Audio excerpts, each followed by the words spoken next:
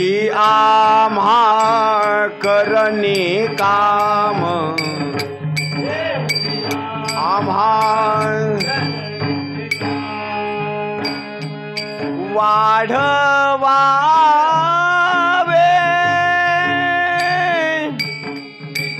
बीज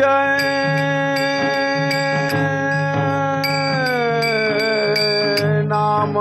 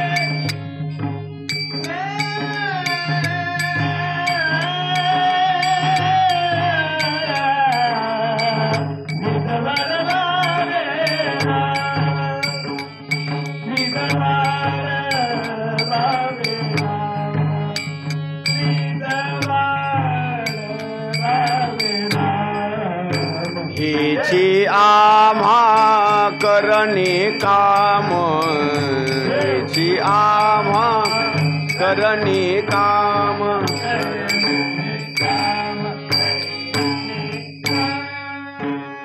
गोपाल कृष्ण भगवान उमापती महादेव की शुकाचार्य जय जय श्री राधेशा।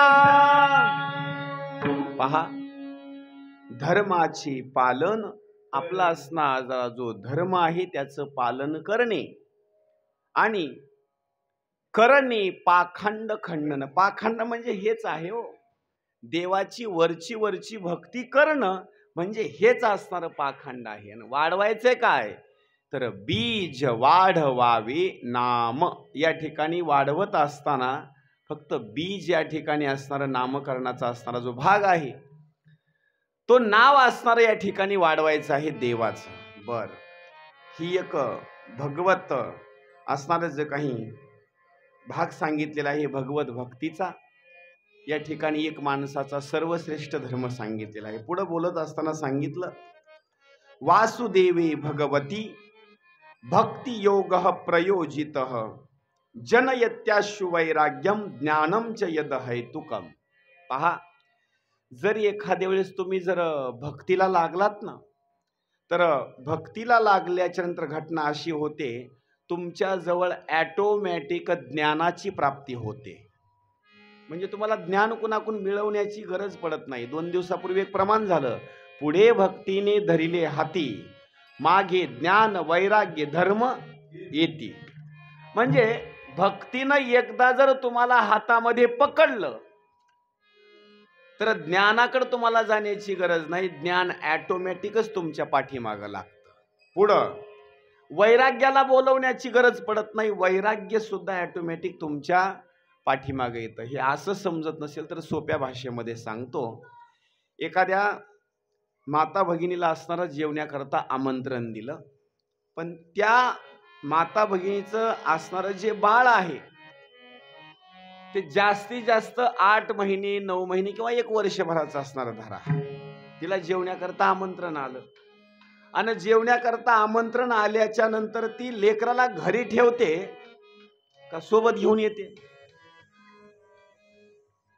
ते सोबतच। जरी एखाद्या वेळेस लेकराला सोबत तिला घ्यायचं नसेल तरी लेकरू घरी थांबत नाही। आई जरी पुढे निघून गेली तर लेकरू मात्र पाठीमागे येतच। तसं सांगतो, एकदा भक्ती तुमच्या घरी आली रे आली की पुन्हा आता ज्ञानाला आणि वैराग्याला बोलवण्याची गरज पडत नाही। ऐ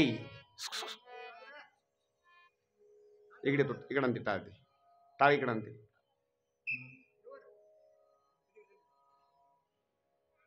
ठेवीत आहे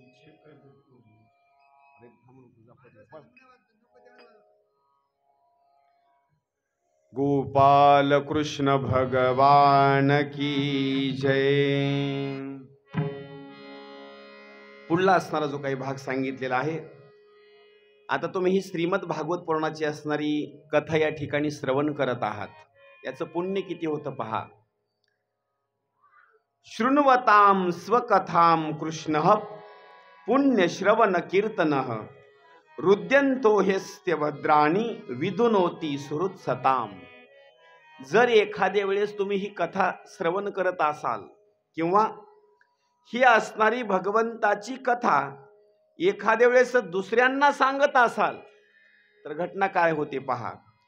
कथा भगवंताच्या लीला पुण्यश्रवणाच्या असणाऱ्या ज्या कथा आहेत त्या ऐकत असताना, दुसऱ्याला सांगत असताना एखाद्या वेळेस तुमच्या हृदयामधले असणारे जे काही वाईट असणारे गुण आहेत त्या ठिकाणी निघून जातात. इतकंच नाही, तुमच्या हृदयामध्ये भगवंत साक्षात वास करतो आणि अशुभ असणाऱ्या ज्या काही वासना आहेत त्यांना सुद्धा त्या ठिकाणी भगवंत नष्ट करून टाकतो. इतकी असणारी ही श्रीमद भागवत पुराणाची असणारी ही कथा अलौकिक आहे. पुढला असणारा प्रश्न विचारला, सांगा भगवंतानी असणारे अवतार किती घेतले. आता भगवंताच्या अवताराचं जर वर्णन जर करायचं म्हटलं ना तर भगवंताचे असणारे अवतार एक नाहीत. अवताराच्या राशी तो हा उभा विटेवरी,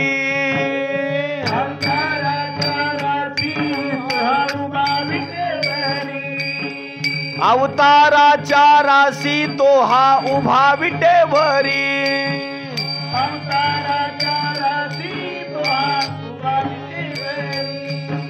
शंख चक्र गदा पद्म सहित करी,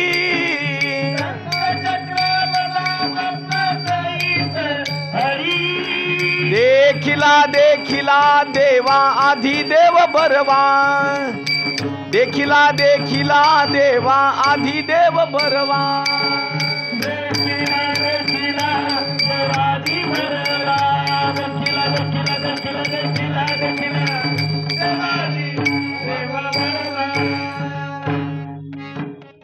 अवताराच्या राशी आणि तो हा उभा विटेवरी, शंख चक्र गदा पद्म सहित करी, देखिला देखिला देवा आधी देव बरवा, आणि समाधान जीवा पाहता वाटे गे माये. आता पहा, या सृष्टीमध्ये तुम्हाला जेवढे काही जीव जंतू दिसतात ना त्यांना तुम्ही वेगवेगळं समजू नका. हे सगळेजण जे आहेत ना जीव जंतू या सृष्टीमधले, ते इतर असणारे जीव जंतू नाही तर ते भगवंताचा असणारा अवतारच आहे. भगवंताला प्रश्न विचारला अर्जुनाने, देवा तुझे अवतार किती. त्यावेळेस भगवंतांना सांगितलं, अर्जुना माझ्या एका प्रश्नाचं उत्तर दे बरं बाळा. सांग तुझ्या अंगावर केस किती आहेत, हे संपूर्ण असणारे तू केस मोज आणि मला सांग. अर्जुनानं सांगितलं, हे मात्र केसाची गणना करणं शक्य नाही, आपल्या अंगावर किती केस आहेत. त्यावेळेला भगवंतानं सांगितलं, खरं सांगू अर्जुना, जशी तुला तुझ्या अंगावरच्या केसाची गणना करता येत नाही तसं माझ्या सुद्धा अवताराची मला गणना करता येत नाही. उदाहरण देत असताना सांगितलं, अंगीची या रोमा किती, जयासी तयासी न गणवती, अन तैसिया माझिया विभूती असंख्य मज. किती आहेत अवतार ते सांगता येत नाही, तो अवतार किती आहेत. या सृष्टीमध्ये संपूर्ण जीव जंतू असणारे ते भगवंताचे असणारे अवतारच आहेत. पण हे भगवंताचे अनेक अवतार, त्याच्यामध्ये असणारे या ठिकाणी मुख्य असणारे 24 अवतार सांगितलेले आहेत.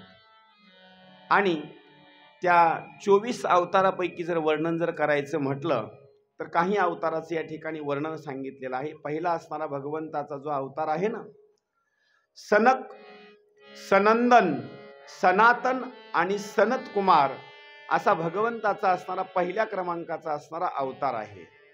याच्यानंतर 2 क्रमांकाचा असणारा अवतार सांगितलेला आहे भगवंताचा, तो म्हणजे वराह भगवंताचा.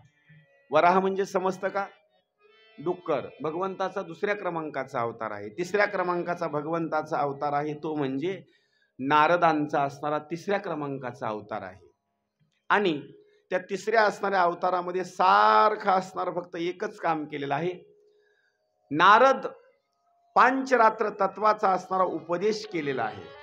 म्हणजे त्या ठिकाणी सारखं नारायणाचं असणारं भजन करणे तिसरा असणारा अवतार. चौथा अवतार